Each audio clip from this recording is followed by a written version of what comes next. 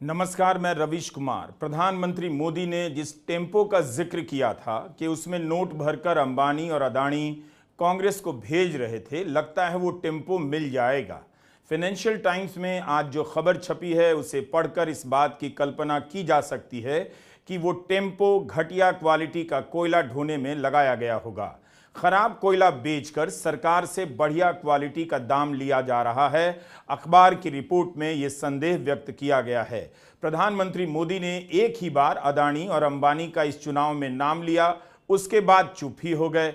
लेकिन आज की खबर के साथ अदानी का मामला एक बार फिर से पब्लिक में लौट आया है। फाइनेंशियल टाइम्स दुनिया के प्रमुख अखबारों में से एक है, कई देशों से छपता है। London, New York, Chicago, Frankfurt, Paris, Stockholm, Madrid, Milan, Dubai, Johannesburg, Singapore, Tokyo और हांगकांग समेत दुनिया के 24 बड़े शहरों से छपता है। यानी इतने शहरों में भारत का नाम आज ऊंचा हो गया होगा। फाइनेंशियल टाइम्स के पत्रकार डैन मैक्रम, क्रिस कुक और जॉन रीड के साथ साथ OCCRP की यह खोजी रिपोर्ट दुनिया के कई अखबारों में भी छपी है।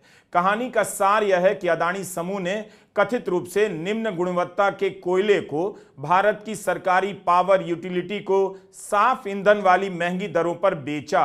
अखबार ने लिखा है कि इस जानकारी से अदानी समूह पर लग रहे भ्रष्टाचार के आरोपों में पर्यावरण का एंगल भी आ गया है। ऐसा प्रतीत हो रहा है कि साफ हवा के अधिकार को ताक पर रखकर अदानी समूह ने बम्पर प्रॉफिट कमाया है। अखबार ने लिखा है कि अदानी द्वारा फ्रॉड की आशंका है। खराब क्वालिटी का कोयला बेचकर एक नंबर कोयला का दाम सरकार से लिया गया, इसकी आशंका जाहिर की गई है। बिजली पैदा करने के लिए एक नंबर कोयला इसलिए खरीदा जाता है ताकि पर्यावरण को नुकसान ना हो और कम कोयले में अधिक ऊर्जा का उत्पादन हो। इसके लिए सरकार ज्यादा पैसे देती है और आपको महंगी बिजली मिलती है। लेकिन खराब क्वालिटी के कोयले से जब बिजली पैदा की जाती है तब ज्यादा से ज्यादा कोयला जलाना पड़ता है, जिससे हवा में प्रदूषण भी बढ़ता जाता है। कांग्रेस ने इस रिपोर्ट के आने के बाद अपनी प्रतिक्रिया देनी शुरू कर दी। कांग्रेस के अलग अलग नेताओं ने इस रिपोर्ट पर अपनी राय रखी और शाम आते आते कांग्रेस के हैंडल से यह पोस्टर जारी कर दिया गया। इस पोस्टर पर अदानी की ब्लैक एंड व्हाइट तस्वीर के साथ लिखा है, काला पत्थर एक घोटाला। गौतम अदानी ने जब एक न्यूज चैनल खरीदा तब उन्होंने कहा कि वे उस चैनल को फाइनेंशियल टाइम्स जैसा बनाना चाहते हैं, यानी उनके मन में इस अखबार को लेकर काफी इज्जत होगी। लेकिन यह भी नियति का ही खेल है कि इसी अखबार में जून 2023 से लेकर अभी तक अदानी समूह के कथित कारनामों को लेकर 25 खबरें छप चुकी हैं। मुझे पता है आपके घर हिंदी का 3rd क्लास अखबार आता है, आप वर्षों से उसे पढ़ते जा रहे हैं। उसे आज ही फेंक दीजिए और इन 25 खबरों को पढ़कर अनुमान लगाइए कि पत्रकारिता कैसी होनी चाहिए और आपके हिंदी के अखबार किस तरह से खबरों के नाम पर गोबर छापे जा रहे हैं। फाइनेंशियल टाइम्स के पत्रकारों में पर्दा हटाकर जानने की कितनी जिद होगी कि वे उन दस्तावेजों का पता लगाते लगाते 25 रिपोर्ट कर बैठे जिनके जरिए वे अदानी समूह के सच तक पहुंचना चाहते हैं। पिछले साल भी कोयला को लेकर खबर छपी कि रसीद में बढ़ा चढ़ाकर दाम दिखाया गया। इस काम में कथित रूप से अदानी के सहयोगी नासिर अली शाबान अहली और चांग चुंगलिंग भी शामिल थे।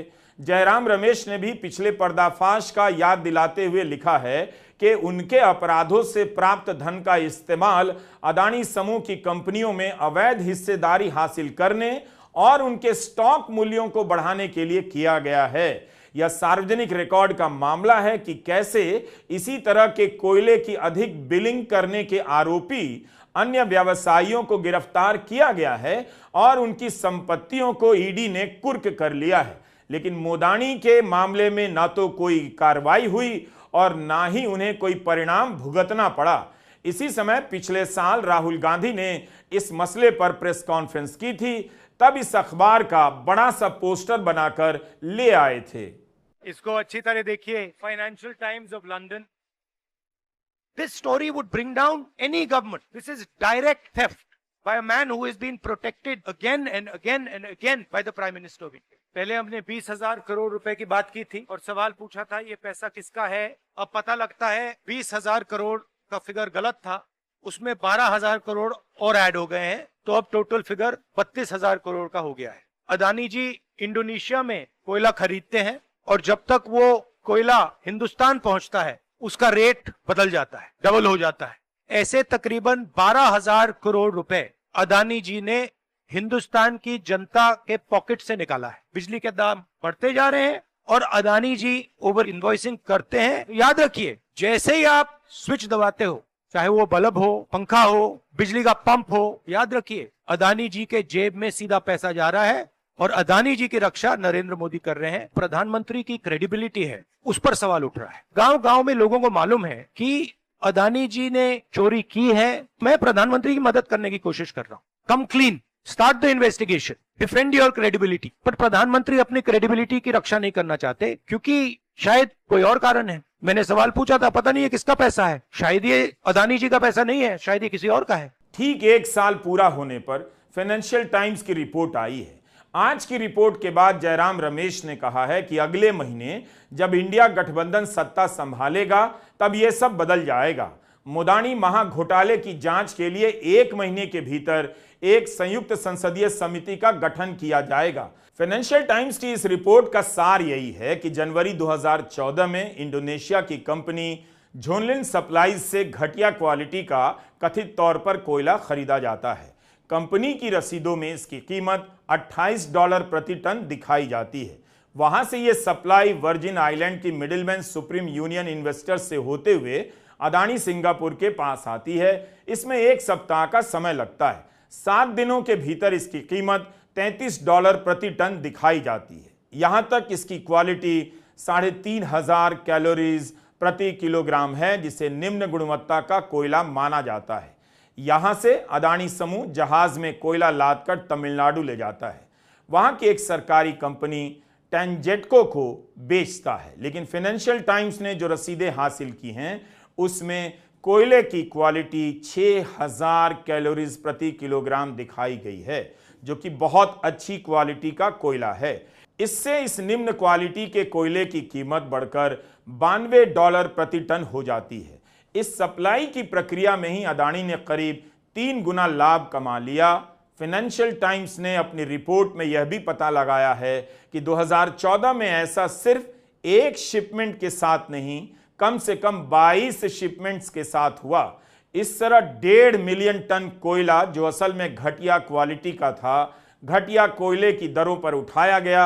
उन्हें बेहतरीन क्वालिटी का बताकर महंगी कीमत पर यह रद्दी कोयला सरकारी कंपनी को बेच दिया गया। तमिलनाडु के बिजली संयंत्रों में इसका इस्तेमाल हुआ। जिन खदानों से कोयला लिया गया वह खदानें अपने घटिया कोयले के लिए जानी जाती हैं। अदानी के साथ हुए इस कॉन्ट्रैक्ट में यह बात स्पष्ट थी कि अच्छी क्वालिटी का कोयला ही सरकार को दिया जाएगा। फिर भी अदानी समूह ने कथित रूप से घटिया क्वालिटी का कोयला दिया। 2016 में तमिलनाडु में AIADMK की सरकार थी। OCCRP और फाइनेंशियल टाइम्स की रिपोर्ट से 2 बातें सामने आती हैं। कथित रूप से खराब क्वालिटी का कोयला बेचकर हाई क्वालिटी का पैसा लिया गया। सरकार को चूना तो लगा ही, और खराब क्वालिटी का कोयला जलाने से हवा में प्रदूषण और फैल गया। यह वीडियो आज की रिपोर्ट से संबंधित नहीं है, लेकिन वायु प्रदूषण की झलक पेश करता है। हम अपनी बात समझाने के लिए इस पुराने वीडियो का इस्तेमाल कर रहे हैं। द लैंसेट मेडिकल जर्नल में प्रकाशित एक रिपोर्ट के अनुसार भारत में हर साल बाहरी वायु प्रदूषण के कारण 20 लाख लोगों की मौत हो जाती है। यह भी पाया गया है कि कोयले के पावर प्लांट के आसपास कई 100 किलोमीटर में रहने वाले बच्चों में मृत्यु दर बढ़ जाती है। प्रदूषण से होने वाली सालाना मौतों में भारत दुनिया का नंबर 1 देश है, चीन दूसरे नंबर पर है। अध्ययन के अनुसार 2019 में भारत में हवा में औसत पार्टिकुलेट मैटर PM कॉन्सेंट्रेशन की मात्रा 70.3 थी, दुनिया में सबसे ज्यादा। इस पार्टिकुलेट मैटर की मात्रा में इजाफा करने में बिजली घरों में इस्तेमाल होने वाला खराब क्वालिटी का कोयला अहम भूमिका निभाता है। इस तरह की रिपोर्ट में तकनीकी बातें ज्यादा होती हैं, मगर ध्यान से सुनने पर समझ आ जाएगा कि आपकी जेब कैसे काटी जा रही है। अपनी जेब का ध्यान कर इसे सुनेंगे तो एक एक लाइन समझ जाएंगे। प्रधानमंत्री नरेंद्र मोदी अपने एक इंटरव्यू में कहते हैं उन्हें ईश्वर ने भेजा है, उन्हें दैविक बोध होने लगा है। आप सभी को भी ईश्वर ने भेजा होगा, लेकिन फाइनेंशियल टाइम्स की खबर आप नहीं समझ पा रहे हैं। हमारे इस वीडियो को दोबारा तिबारा देखा कीजिए। जिन्हें ईश्वर ने नहीं भेजा है वो भी इस वीडियो को समझ सकते हैं। अदानी और कोयला को लेकर यह पहली रिपोर्ट नहीं है। 2023 में फाइनेंशियल टाइम्स ने ही रिपोर्ट की थी कि 2021 से 2023 के बीच अदानी समूह ने भारत में कोयला निर्यात करने के लिए बिचौलियों को 5 अरब डॉलर से अधिक की राशि दी। विपक्षी दलों ने इसकी जांच की मांग की। अभी तक जब भी विपक्ष अदानी को लेकर आरोप लगाता था तब उनके बचाव में यही कहा जाता था कि भारत को ये लोग बदनाम कर रहे हैं, भारत के कॉरपोरेट के पीछे पश्चिम के अखबार पड़ गए हैं। लेकिन इस चुनाव में पहली बार नरेंद्र मोदी ने ही बता दिया कि अदानी और अंबानी के टेम्पो में काला धन भरकर कांग्रेस को पहुंचाया गया। इस बयान पर अदानी और अंबानी ने खंडन नहीं किया और प्रधानमंत्री उसके बाद चुप ही हो गए। 5 साल से एक ही माला जपते थे, 5 उद्योगपति, 5 उद्योगपति, 5 उद्योगपति। फिर धीरे धीरे कहने लगे अंबानी अडानी, अंबानी अडानी, अंबानी अडानी। 5 साल से। लेकिन जब से चुनाव घोषित हुआ है इन्होंने अंबानी अडानी को गाली देना बंद कर दिया। मैं आज तेलंगाना की धरती से पूछना चाहता हूं, जरा ये शाहजादे घोषित करें कि इस चुनाव में ये अंबानी अडानी से कितना माल उठाया है, काले धन के कितने बोरे भर करके रुपये मारे हैं, क्या टेम्पो भर करके नोटे कांग्रेस के लिए पहुंची है, क्या सौदा हुआ है। आपने रातों रात अंबानी अडानी इनको गाली देना बंद कर दिया। जरूर दाल में कुछ काला है। 5 साल तक अंबानी अडानी को गाली दी और रातों रात गालियां बंद हो गई। मतलब कोई न कोई चोरी का माल टेम्पो भर भर करके आपने पाया है। कांग्रेस ने पूछना शुरू कर दिया, टेम्पो कहां है बताइए। प्रधानमंत्री ने इस पर बोलना ही बंद कर दिया। आरापोर यक्कम नामक तमिलनाडु के एनजीओ ने अनुमान लगाया है कि तमिलनाडु राज्य की बिजली कंपनी टेंजेटको ने 2012 से 2016 के बीच कुल मिलाकर तकरीबन 6,000 करोड़ रुपए वेंडर्स को अतिरिक्त चुकाए। तमिलनाडु में इस दौरान एआईएडीएमके की जयललिता और पनीर सेल्वम की सरकारें थीं। इस 6,000 करोड़ में से करीब करीब आधे पैसे अदानी को चुकाए गए, ऐसा संस्था का अनुमान है। इस एनजीओ ने 2018 में टेंजेटको के खिलाफ राज्य की भ्रष्टाचार निरोधक संस्था में शिकायत दर्ज करवाई। अखबार ने इसके बारे में लिखा है। फाइनेंशियल टाइम्स ने यह भी लिखा है कि अदानी समूह ने कुछ भी गलत होने से इनकार किया है। यह समूह भारत का सबसे बड़ा कोयला आयातक है।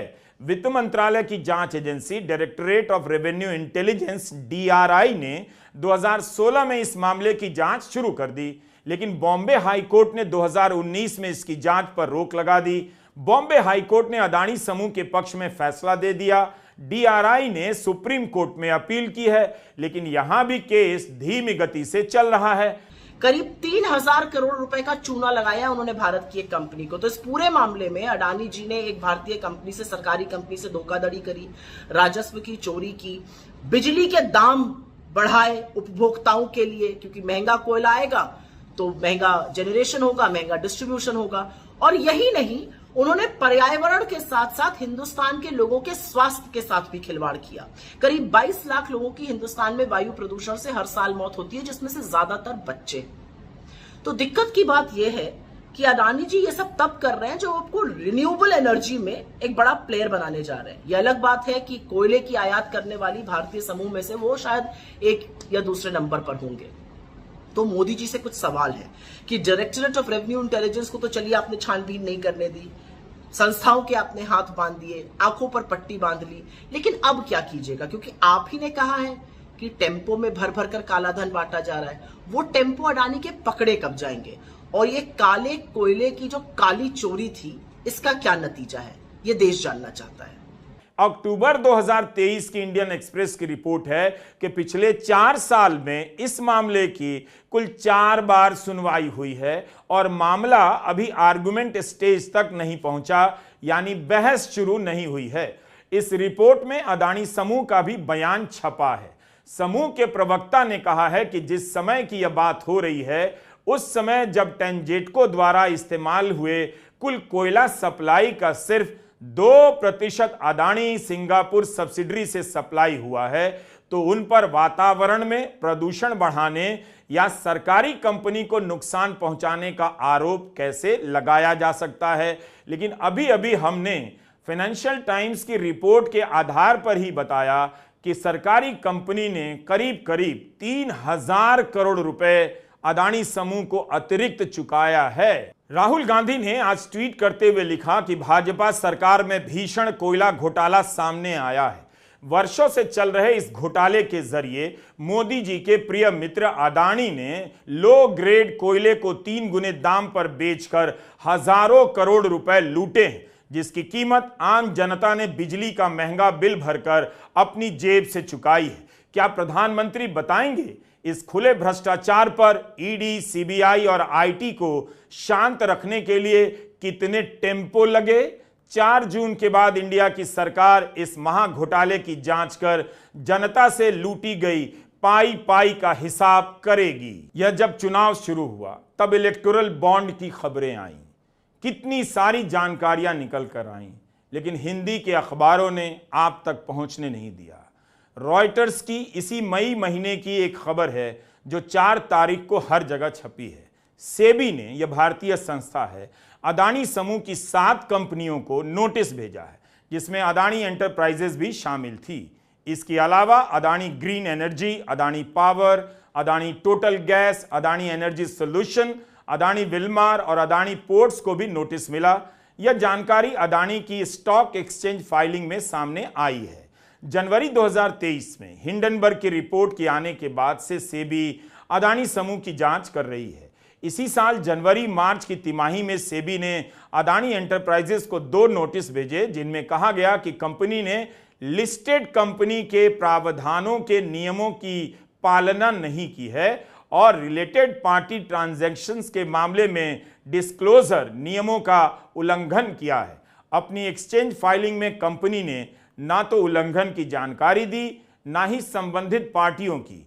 आमतौर पर ऐसे उल्लंघन से जुर्माना लगता है या मैनेजमेंट को कैपिटल मार्केट से कुछ समय के लिए हटाया जा सकता है। कितनी देर के लिए हटाया जाता है या कितना जुर्माना लगेगा, यह आरोप की गंभीरता पर निर्भर करता है। जनवरी 2023 से अडानी समूह पर कितनी ही रिपोर्टें छप चुकी हैं। मामला सुप्रीम कोर्ट तक भी गया। मुख्य धारा के बड़े बड़े अखबार इस पर चुप्पी साध गए और जनता राम मंदिर के उद्घाटन में व्यस्त कर दी गई। उसे याद ही नहीं रहा पता करना कि अडानी मामले में हुआ क्या। सरकार को इन खबरों से अब परेशानी नहीं होती, क्योंकि हिंदी के अखबार ऐसी खबरों को गायब कर देते हैं। इलेक्टोरल बॉन्ड को लेकर कितने बड़े बड़े खुलासे हुए, मगर हिंदी के अखबार अयोध्या का पौराणिक इतिहास लिखने में व्यस्त थे। नमस्कार, मैं रवीश कुमार।